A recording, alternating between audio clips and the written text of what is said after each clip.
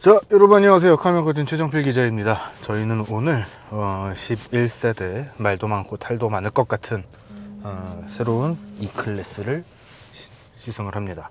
E클래스 탄다고 대출 권유 전화 오는 것 봐. 그래서 사실 여러 가지 좀 우려가 되는 것도 있고, 그럼에도 여전히 좀 잘 팔리겠다 싶은 것들도 좀 있는데, 오늘은 이 차를 시승을 하면서 저희가 이제 물론 론칭을 할 때 한 번씩 다 살펴보기는 했어요. 근데 오늘 이 차를 다시 한번 시승을 하면서 과연 잘 팔릴 수 있을 것인가에 대한 그런 이야기를 한번 해볼 수 있도록 하겠습니다. 앵글엔 아마 안 보이시겠지만 지금 제 뒷자리에는 지금은 오토트리뷴으로 옮긴 최현진 기자가 앉아 있고요. 최현진 기자가 쓰게 될 이 E클래스 시승기도 한번 찾아보시면 도움이 많이 되실 겁니다. 굳이 얼굴을 또 내밀어. 일단은 이제 막 출발을 하기 때문에 저희가 지금 벤츠코리아가 있는 이 서울스퀘어 쪽에 있거든요. 여기서부터 이제 파주까지 왕복을 하게 되고 각각 편도로 주행을 하게 되는데, 사실 주행거리 자체가 길지가 않아요. 한 60km? 되게 짧아요. 그렇기 때문에 굉장히 피상적인 소감밖에 전달을 못 드릴 것 같기 때문에 좀 시간 낭비 없이 빠르게 이야기를 해보도록 하겠습니다. 일단은 지금 저희가 타고 있는 차 같은 경우에는 E300 포매틱 AMG 라인입니다. 오늘 준비된 차가 총 3종류가 있는데 E300 익스클루시브, 그리고 E300 AMG 라인, 그리고 E300 중에서도 이제 코리아 프리미어로 출시를 했었던 에디션 모델이 한 종류가 있어요. 그 모델이 딱 한 대 준비가 되어 있습니다.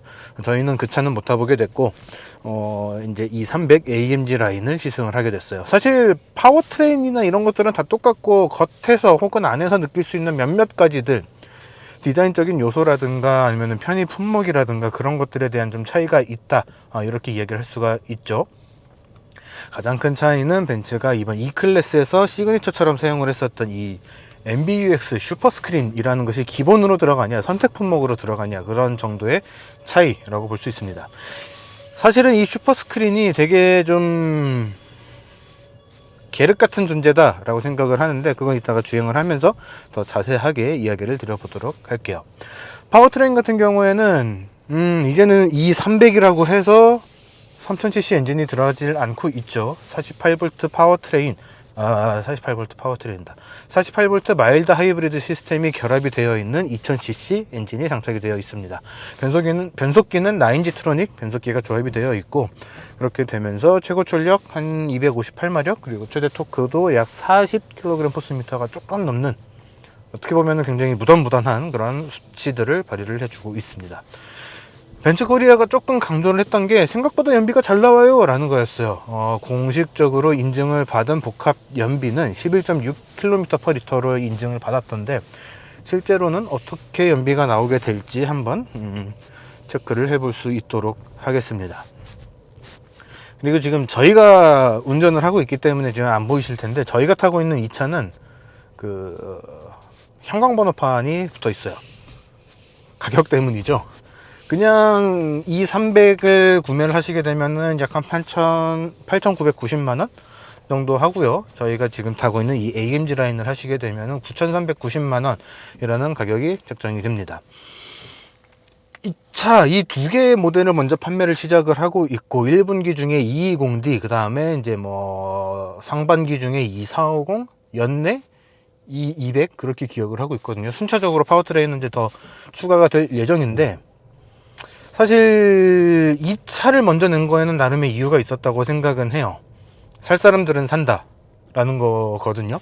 왜 그러냐면은 실제로 많이 팔릴 거는 이 200이라고 생각을 하기 때문입니다. 왜냐하면은 법인차의 요 번호판, 형광 번호판에 요 기준이라는 게 있다 보니까 이런 것들이 싫어 라고 하시는 분들도 분명 계실 거고, 어쨌든 이거는 브랜드를 보고 사는 차란 말이죠.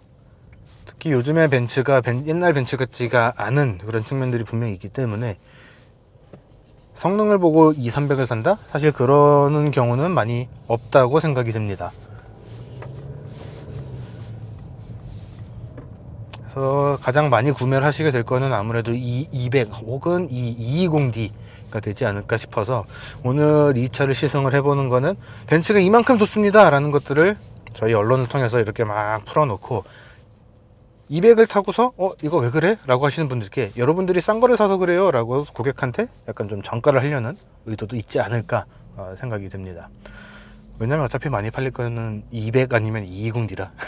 그래서 이 차를 타면서 좀 이 클래스에 대한 평균치가 이 정도 될 것이다 라는 것들을 좀 가늠을 해볼 수 있을 것 같아요. 성능적으로도 이제 그쯤에 들어간다 라고 생각을 하거든요.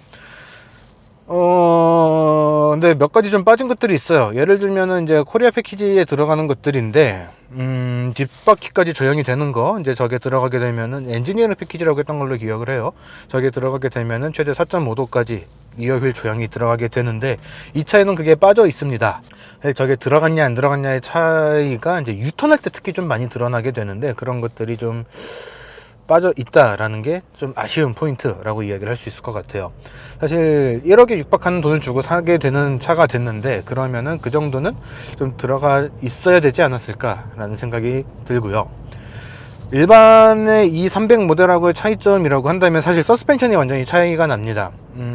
그냥 E300 같은 경우에는 컴포트 서스펜션이라고 이야기를 하고, 저희가 타고 있는 이 AMG 라인은 어질리티 서스펜션이라고 이야기를 해요. 조금 더 스포티한 스포츠 서스펜션이 장착이 됐다, 그렇게 보시면 될 것 같은데, 높이가 한 15mm 정도, 1.5cm 정도 차이가 난다라고 합니다. 그래서 AMG 라인을 탔을 때 조금 더 스포티한 그런 느낌들을 받을 수 있다라고 이야기를 하고, 그냥 E300을 탔을 때는 조금 더 부드러운, 그래서 진짜 E클래스 같은 그런 느낌들을 받을 수 있을 것이다, 그렇게 이야기를 하고 있어요.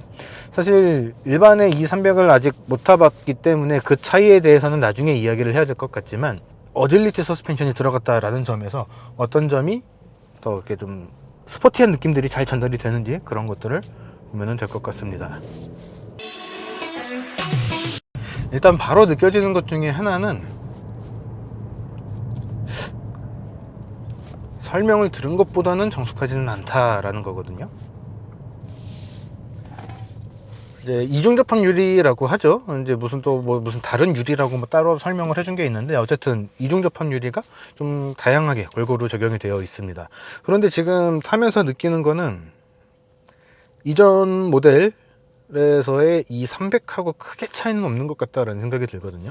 사실 파워트레인 자체가 똑같은 2000cc 엔진, 엔진 자체에서 발생이 되는 그런 소리들에 대해서는 조금 막지를 못한 것 같아요. 어차피 이중접합 차음 유리를 적용을 했다라는 거는 주행을 할 때 생기는 주행풍 같은 것들, 그런 풍절음에 대해서 조금 더 막아준다라는 것이기 때문에, 이거는 사실 밖에서 이렇게 들어온다기보다는 아래쪽에서, 안쪽에서 이렇게 타고 들어오는 소리라고 봐야 될 것 같거든요. 그런 측면에서는 큰 차이는 없는 것 같아요. 가격이 비싸지고 이중접합 차음유리를 어떻게 적용을 하고, 그런 이야기를 들은 거에 대비해서는 조금 미안해지기는 하는데, 그런 느낌은 없습니다. 그래서 이게 벤츠가 처음 이런 다운사이징 엔진들, E300에다가 2000cc 엔진을 넣기 시작을 했을 때부터 나왔던 이야기 중에 하나가 사실은 그런 게 있었어요. 가솔린인데 디젤 모델을 타는 느낌이 난다 라는 것들이었거든요. 그거는 다르게 이야기를 하면은 엔진을 잡아주는 것들, 엔진 마운트들, 그런 것들에 대한 진동이 좀 제대로 걸러지지가 않는다라는 이야기가 됩니다. 혹은 차가 커지고 있는데 엔진은 작아졌으니까 그 버텨야 되는 힘들, 감당을 해야 되는 무게들이 더 늘어났죠. 거기서 오는 엔진의 진동이나 떨림 같은 것들이 더 커졌다, 그렇게 볼 수 있을 것 같은데, 구조적인 한계라고도 볼 수 있겠지만 사실 막으려 그러면은 얼마든지 막을 수 있는 요소라고 생각이 되거든요. 그런 측면에서 봤을 때는 그런 부분에서는 별로 투자를 안 한 것 같다 라고 볼 수 있을 것 같습니다. 겉으로 봤을 때 화려하게 보이는 거에 대해서만 좀 많이 집중을 한 것 같다 라는 생각이 좀 드네요.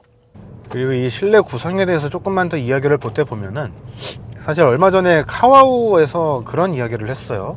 요즘 자동차 회사들한테 제발 좀 부탁하고 싶은 것 중에 하나, 이런 식으로 하면서, 차 안에다가 쓸데없이 이렇게 화려하게 하냐, 밖에다가 조명을 왜 그렇게 열심히 돈을 쓰냐, 차라리 기본적인 거나 잘해라, 약간 이런 뉘앙스의 이야기를 한 적이 있었습니다. 근데 사실 저희도 그거 꾸준하게 이야기를 해왔었거든요. 그런 의미에서 EQS, EQE 때도 이야기를 했지만, 하이퍼 스크린이 들어가면은 좋겠죠. 뭔가는 좋겠죠. 그거를 적용하게 된 배경 같은 것도 벤츠가 설명하는 거에 따르면 조금 더 편하게 쓰기 위해서 많은 기능들을 더 편하게 쓰기 위해서라고 이야기를 하는데, 막상 그 적용된 것들을 보게 되면 너무 복잡해서 오히려 못 쓰게 되는 경우들이 많이 있습니다. 그래서 벤츠의 주 오너분들이 최근에는 좀 많이 젊어졌다라고 이야기를 하지만, 그래도 여전히 좀 40대 이상, 보통은 50대, 60대 정도의 고객분들이 이런 차들, 이 브랜드의 차들을 사시게 되거든요. 어쩔 수가 없어요. 구매력이라는 것과 이 차 가격이라는 것이 맞아야 되기 때문에. 근데 그런 분들이 쓰기에는 너무 화려하고 복잡하다라는 거예요. 거기에다가 요즘에 앰비언트 라이트를 굉장히 다양하고 화려하게 쓰기 시작을 했습니다. 심지어는 음악을 틀으면 그 음악의 비트와 높낮이와 이런 것들에 따라서 이 빛도 난리 부르스를 쳐요. 이러면서 막 빛도 깜빡깜빡거리고 막 난리를 치는데, 필요했을까라는 생각이 계속 들거든요. 그래서 저희가 S클래스나 EQS를 시승을 할 때도 이야기를 했던 것들이, EQS를 기준으로 하면은 EQS를 왜 굳이 450이나 450 플러스 포매틱을 사야 되죠? 그냥 350 사면은 하이퍼 스크린도 없고 가격도 저렴하고, 심지어 S클래스 라인업 중에서 EQS, S클래스 다 합쳐서 가장 저렴하게 살 수 있는 모델이에요. EQS는 350으로 사세요 라는 이야기를 했었는데, 이것도 마찬가지인 것 같아요. 슈퍼스크린이 350만원이라는 추가적인 금액을 내야지 선택을 할 수 있는 트림이 있고, 지금 이 차처럼 기본적으로 들어가 있는 트림이 있는데, 이런 것과 별개로 이런 앰비언트 라이트 같은 것들은 다 기본으로 들어가게 됩니다. 정신없지 않나요? 저는 굉장히 정신없다고 생각을 하는데, 350만원 더 아끼고 그냥 차의 기본 가격도 조금 더 아껴서 200이나 220D나 2300을 사시더라도 AMG 라인은 안 사시는 게 맞다라고 생각이 들어요. 지금 저희가 일부러 촬영 때문에 노래를 안 틀어놨는데도 굉장히 얇은 LED가 막 SF 영화에 나오는 것처럼 저를 감싸고 있는데, 이 뭐 깡 뮤직비디오를 찍는 것도 아니고 너무 정신이 없어요 사실.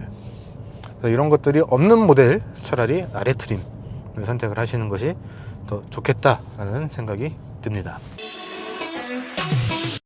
자, 내비게이션에 대한 이야기를 조금 해보도록 하겠습니다. 사실 지금은 벤츠가 굉장히 강조를 했었던 T맵 2.0이 안 들어가 있어요. 지금은 이제 T맵으로부터 교통 정보만 받아서 띄워주는 형태로 되어 있고, 하반기에 T맵 2.0을 OTA로 아마 업데이트를 해주겠죠. 하반기부터 적용을 해줄 예정이라고 합니다. 지금 이 차를 구매를 하셔도 하반기에 가서 그것들이 공식적으로 론칭이 되면은 또 업데이트를 해준다고 해요. 사실 제가 궁금한 거는 기존에 출시가 됐던 다른 차들, 비교적 최근에 출시됐던 다른 차들에도 그것들을 업데이트를 해주냐인데, 해주지 않을까라고 기대는 하고 있습니다. 어딘가에서는 해준다라는 이야기가 있고, 어딘가에서는 안 해준단다 이런 이야기가 좀 혼재가 되어 있기는 한데, 개인적인 바람으로는 해주기를 바란다라는 생각들이 좀 있어요. 왜 그러냐면은 벤츠가 그래도 수입차 브랜드 중에서는 자체적으로 만든 한국형 내비게이션이 꽤 잘 되어 있는 편이긴 합니다. 그래도 계기판하고 연동이 돼서 이렇게 보았을 때 조금 더 편하게 쓸 수가 있는 그런 구성들이 되어 있기는 한데, 그냥 딱 거기까지예요. 수입차 중에서 조금 쓸만한 내비게이션 구성이다. 그냥 진짜 딱 거기까지거든요. 국내에서 제공이 되고 있는 다른 서드파티 내비게이션들, 뭐 엠피온이라든가 뭐 메퍼스라든가, T맵은 일단 워낙 독보적이니까 빼고, 그런 것들과 뭐 아이내비? 옛날 KT내비거든요. 이런 것들, 혹은 지도맵에서 제공을 하고 있는 내비게이션들, 네이버맵이나 카카오맵, 이런 것들과 비교를 했을 때는 확실히 좀 사용 편의성이 떨어지는 것들이 있어요. 차의 전체적인 기능하고 연동을 해서 쓰겠다라고 한다면 괜찮은데, 그냥 딱 길 안내를 해주는 그런 목적에서 보게 된다면 뭔가 좀 아쉬운 것들이 분명히 있거든요. 지금 같은 경우에도 주행을 하는데, 사실 우리가 전체적인 루트를 보고 싶은 게 아니라 내 앞에 뭐가 있는지를 좀 보고 싶잖아요. 그럼 이게 확대가 돼야 되는데 안 돼요. 이런 것들에서 있어서, 물론 이제 손으로 확대를 하면 되죠. 근데 굳이 시선을 옮겨서 조작을 해야 된다라는 거, 이런 것들 때문에 사실은 좀 편하다고는, 냉정하게 이야기를 해서 편하다고는 이야기를 할 수가 없는 그런 구성입니다. 그래서 빨리 하반기에 그 T맵 2.0이 좀 적용이 됐으면 좋겠다라는 생각이 드는 거죠. 저희가 이제 최근에 시승을 했었던 포르쉐 카이엔 터보 GT를 타놓고서 베이스로 소개를 해드렸는데, 그 차에서도 이야기를 했던 것과 비슷한 것이 이번 E클래스에도 들어가 있어요. 슈퍼스크린이 들어가면서 조수석 쪽에도 이 디스플레이가 적용이 되게 됐는데, 저 디스플레이가 운전석 쪽에서 보면은, 지금은 이제 화면이 아무것도 안 떠 있어서 그런데, 아무도 안 타고 있어서 그래요. 운전석 쪽에서 보게 되면은 잘 안 보이게끔 하는 그런 암막 같은 것들이 적용이 되게 됩니다. 그런데 만약에 운전자가 운전에 집중을 안 하고 그 잠깐 좀 안 보이는 그 흐릿한 거를 조금이라도 더 보겠다고 이러고 계속 가고 있으면은 이쪽에 달려있는 요 카메라를 이용을 해서 운전자가 똑바로 운전을 하고 있는가 아니면은 저 디스플레이를 보고 있는가를 판단을 한다고 해요. 그래서 한 번 더 어둡게 바꿔주는 그런 기능들이 들어가 있다고 합니다. 저게 그러니까 사실 테슬라하고 같은 논란이 생길 수 있을 것이다 라고 생각이 되거든요. 테슬라가 이제 오토파일럿과 FSD를 이야기를 하면서 운전자가 오토파일럿만 믿고 핸드폰을 본다거나 하면은 그런 기능들을 강제로 제한을 하는 업데이트를 배포를 했습니다. 테슬라 오너분들은 뭐 헐리데이 업데이트라고 왕 이러고 있던데 그럴 필요는 없는 것 같고, 근데 그렇게 되면서 테슬라가 계속해서 논란이 됐던 것들이 있죠. 그 카메라가 운전자의 태도를 판단을 하는 것만 하는 것이 아니라 뭔가 차에서 뭐를 하고 있는지를 녹화를 해서 차에만 저장을 하는 게 아니라 어딘가에 서버로 보냈대요. 그러면서 직원들끼리 돌려봤답니다. 그런 이슈가 이번 벤츠에서도 얼마든지 생길 수가 있다라는 거거든요. 왜냐면 저 카메라로 차 안에서 줌과 같은 화상회의를 할 수 있는 기능들이 들어가 있기 때문입니다. 난 진짜 이런 기능을 뭘 믿고 탑재를 하는지 모르겠어요. 차가 그냥 아무것도 없이 그냥 운전만 하면 돼 이런 입장은 아니기는 하지만 불안한 요소들은 없어야 된다라고 생각을 하거든요.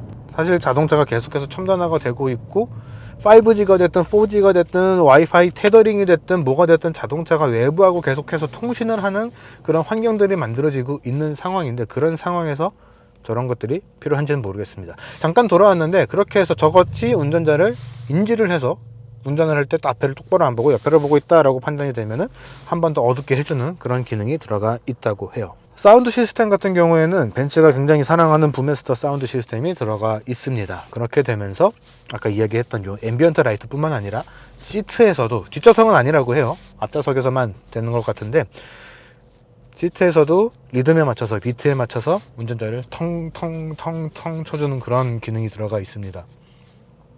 락을 틀면은 안마 기능을 안 켜도 되는 건가요? 네, 진짜로 아까 출발하기 전에 노래가 조금 크게 틀어져 있었어요.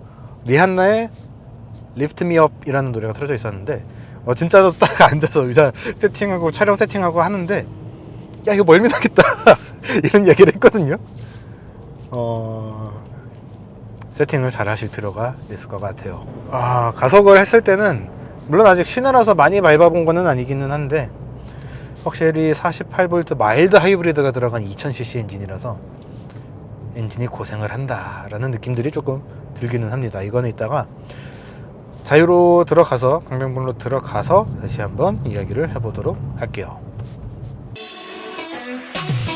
자, 이 클래스를 조금 주행을 해 봤습니다. 지금은 이제 강변북로 다 지나서 자유로까지 올라왔고요. 몇 가지를 조금 테스트를 해보기는 했는데 사실 이제 211 E 클래스를 이제 제 차로 운행한 건 별로 안 듣긴 했지만 꽤 오랜 시간 동안 옆자리든 뒷자리든 운전도 종종 했고 그랬던 입장에서 본다면은 요즘 벤츠가 왜 벤츠 같지 않다라고 하는지를 너무나도 좀 확실하게 느끼게 되는 것 같아요.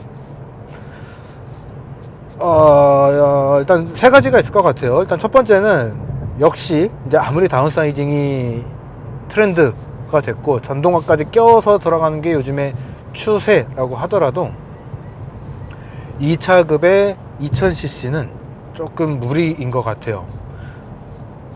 가속을 할 때 엔진이 너무나도 고통을 받는다라는 느낌들이 많이 들게 됩니다. 그래서 이렇게 쭉 가속을 했을 때 속도는 별로 안 붙어요. 하지만 엔진의 소리는 굉장히 맹렬해집니다. 48V 마일드 하이브리드 뭐 이런 것들 뭐 모터가 힘을 더해주고 뭐 아무 의미가 없어지는 것 같아요. 물론 이제 그렇게 말씀을 하실 수도 있어요. 그렇게 급가속을 하면은 어떤 엔진이 그런 소리를 안 내냐라고 하실 수 있는데 그런 거를 잡는 게 사실은 브랜드들의 기술력이거든요. 그런 측면에서 봤을 때는 엔진 기술은 이전 세대 E클래스하고 비교를 했을 때 별로 차이가 안 나는 것 같다, 별로 투자를 안 한 것 같다 라는 생각이 듭니다. 마침 지금 여기 E400이 지나가고 있는데 저 E클래스 때 하고 엔진에서는 별로 차이가 안 나는 것 같아요. 그래서 그냥 똑같이 2000cc 엔진이 들어간다라는 측면에서 봤을 때는 그냥 200을 사는 게 차라리 낫다라는 생각이 다시 한번 들게 됩니다. 두 번째는 주행 모드별 차이가 별로 없다라는 거예요. 사실 스포츠 모드를 했을 때, 사실 뭐 대부분의 차가 그런 걸 했을 때 별로 차이가 없게 느껴지기는 하는데, 그래도 AMG 라인이 적용이 됐고 그렇게 되면서 서스펜션도 다른 게 들어갔잖아요. 그러면은 적어도 스포츠 모드에서는 약간이라도 차이가 좀 느껴져야 되는데, 사실 그런 차이점은 별로 모르겠어요. 그리고 무엇보다 이 서스펜션이 스포츠 서스펜션 같은 개념의 것이 들어갔다라고 한다면은 약간은 좀 하드한 느낌, 조금 텅텅 치는 그런 느낌들, 그런 것들이 조금이라도 있어야 된다라고 생각을 하거든요. 그런데 이 차 같은 경우에는 요 차를 탕 치고 올라갔을 때 서스펜션에서 바퀴를 놔주는 거는 되게 빨라요. 텅 하고 올라가요. 근데 이게 다시 내려와서 눌릴 때는 굉장히 느립니다. 그래서 약간 좀 배 타는 느낌이라고 하면 될 것 같은데, 파도가 탕 쳤을 때 위로 확 올라간 다음에 해수면 따라서 하고 내려오는 그런 느낌들이 있거든요. 네, 해군 출신이에요. 이 느낌과 비슷한 느낌을 서스펜션에서 주고 있다라고 생각이 돼요. 그래서 서스펜션에서도 굳이 AMG 라인을? 이라는 생각을 하게 되는 것 같습니다. 마지막으로 세 번째는, 기대는 아니고 이제 걱정을 했던 것만큼 확실히 풍절음에 있어서는 조금 더 나아졌다라는 느낌이 들기는 하는데, 사실 여기에 또 함정이 있어요. 이전 E클래스도 풍절음 자체는 상당히 잘 걸러주는 편에 해당을 한다라는 거거든요. 그래서 풍절음 자체는 나쁘지 않게 걸러줘요. 근데 문제는 바닥입니다. 바닥에서 올라오는 진동 같은 것들, 그리고 엔진에서 넘어오는 진동 같은 것들, 약간 좀 필터링이 오히려 좀 덜 해졌나 라는 생각이 들 정도로 좀 발에 좀 직접적으로 전달이 되고 있거든요. 그래서 이런 것들을 다 골고루 감안을 했을 때 9천만 원대의 가치를 하는가 라는 거에 대한 의문을 계속해서 던질 수밖에 없을 것 같아요. 특히 저희가 지금 달리고 있는 이 자이로 같은 경우에는 굉장히 특이한 도로가 아니거든요. 그냥 너무나도 많은 분들이 일상처럼 왔다 갔다 하는 도로예요. 근데 이런 도로에서도 이렇게 느껴진다라는 거는, 심지어 여기는 저희가 매번 시승을 할 때마다 왔다 갔다 하는 코스이기 때문에 다른 차들하고 비교를 했을 때도 직접적인 비교가 되는 도로거든요. 그런 것들을 감안을 해서 봤을 때도 하체 부분에서의 뭔가 세팅들이 이전 세대의 초기향에서 별로 개선이 안 된 것 같다 라는 그런 느낌들이 많이 좀 들고 있습니다. 그래서 이 세 가지 때문에 저는 개인적으로는 이 E클래스에 대한 주행 감각들이 굉장히 실망스럽다라고 이야기를 할 수 있을 것 같고, 그래서 아까 이야기를 했던 것들, 요즘 벤츠가 벤츠냐 라는 것들에 대해서 다시 한번 생각을 하게 되는 것 같아요. 앞으로 한 2년 정도는 더 BMW가 국내 수입차 판매 1위를 더 하겠는데 그러면은 그렇기 때문에 조금 신중한 결정이 필요할 것 같습니다. 남들이 벤츠 하면은 알아주니까 라고 해서 이 차를 사기에는 몸에서 느껴지는 것들이 너무 직접적이에요. 그렇기 때문에 여러 가지 파워트레인들을 골고루 경험을 해볼 수 있는 하반기까지 좀 기다렸다가 여러 가지 파워트레인들을 다 경험을 해 보시고 결정을 하시는 것이 좋을 것 같습니다. 그렇지 않다면은 비싼 돈을 들여서 차를 구매를 해놓고 후회하는 상황 분명 생길 수 있을 것이다 라고 생각이 되네요. 그래서 주행은 한 요 정도로 보고요. 곧바로 이제 뒷좌석에 대한 이야기도 한번 들려드릴 수 있도록 할게요. 자, 이번에는 이번 신형 E클래스 뒷좌석에 앉아서 뒷좌석에 대한 경험을 좀 해보도록 하겠습니다.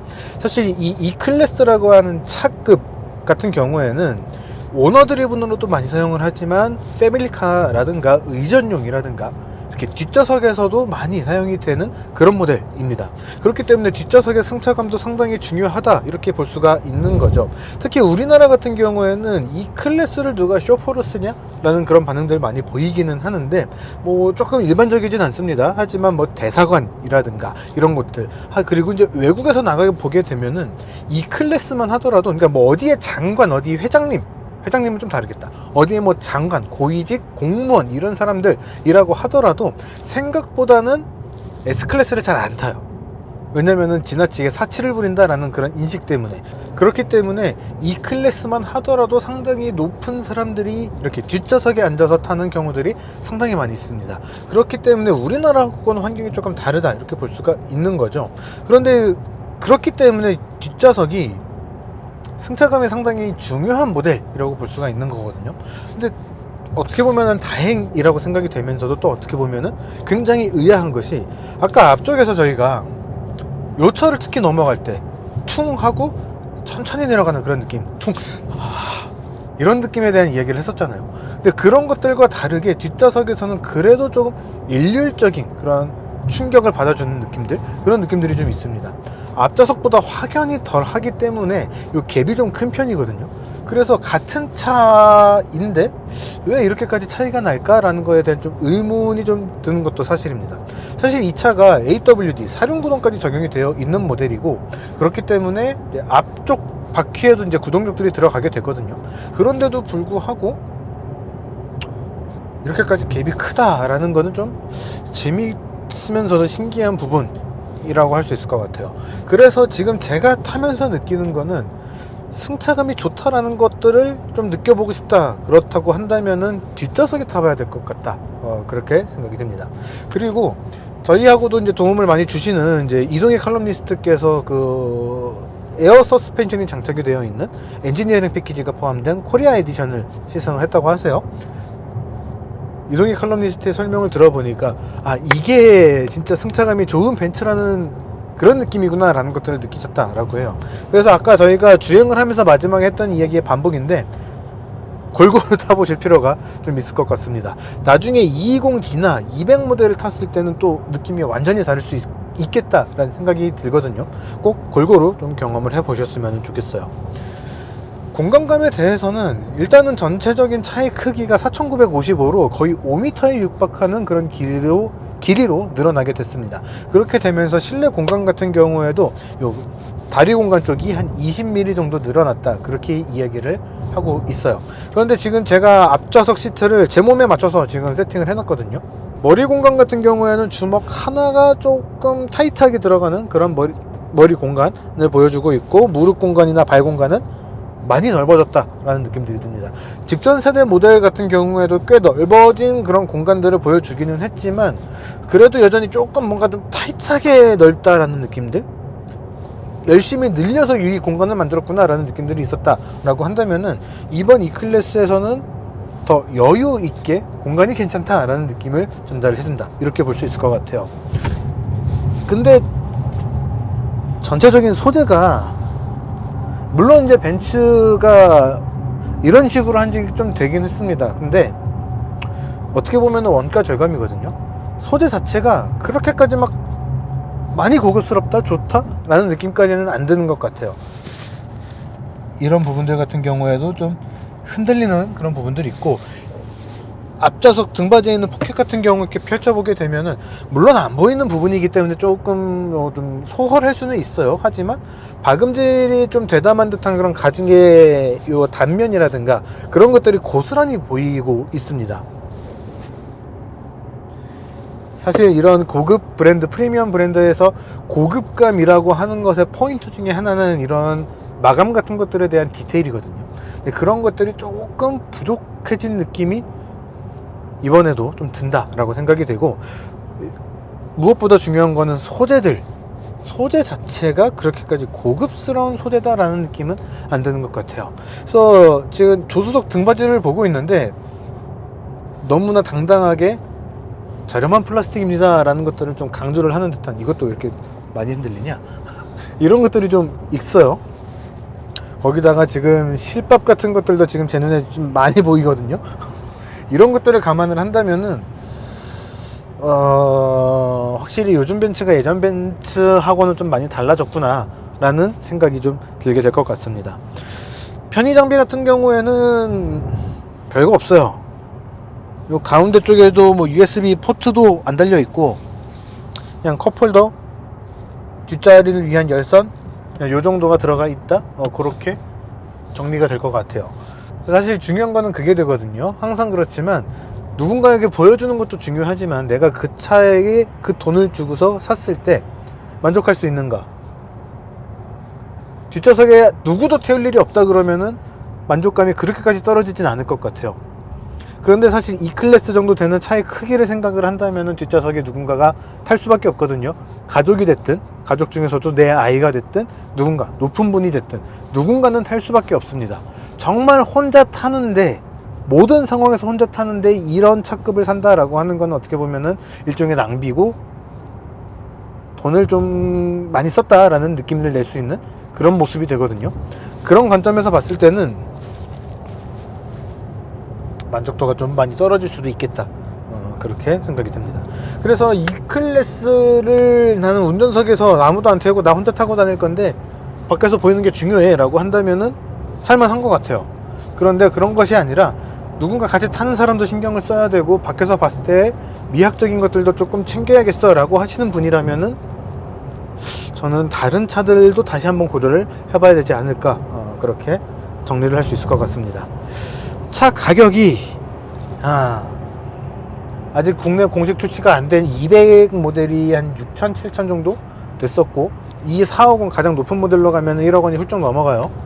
요즘에 경제가 힘들다 하고, 또 이런 차를 사는 분들은 그런 거에 크게 신경을 안 쓴다, 뭐 연비도 신경을 안 쓴다, 뭐 그런 식으로 말씀을 하시기는 하는데 그렇지 않거든요. 신경을 쓸 수밖에 없어요. 합리적으로 소비를 하는 게 어떤 건가 조금 고민을 해보셨으면 좋겠습니다. 이번 영상은 여기까지고요. 저희는 또 조만간 다른 시승 영상으로 돌아올 수 있도록 하겠습니다. 벤츠에서 전화 세게 오겠다.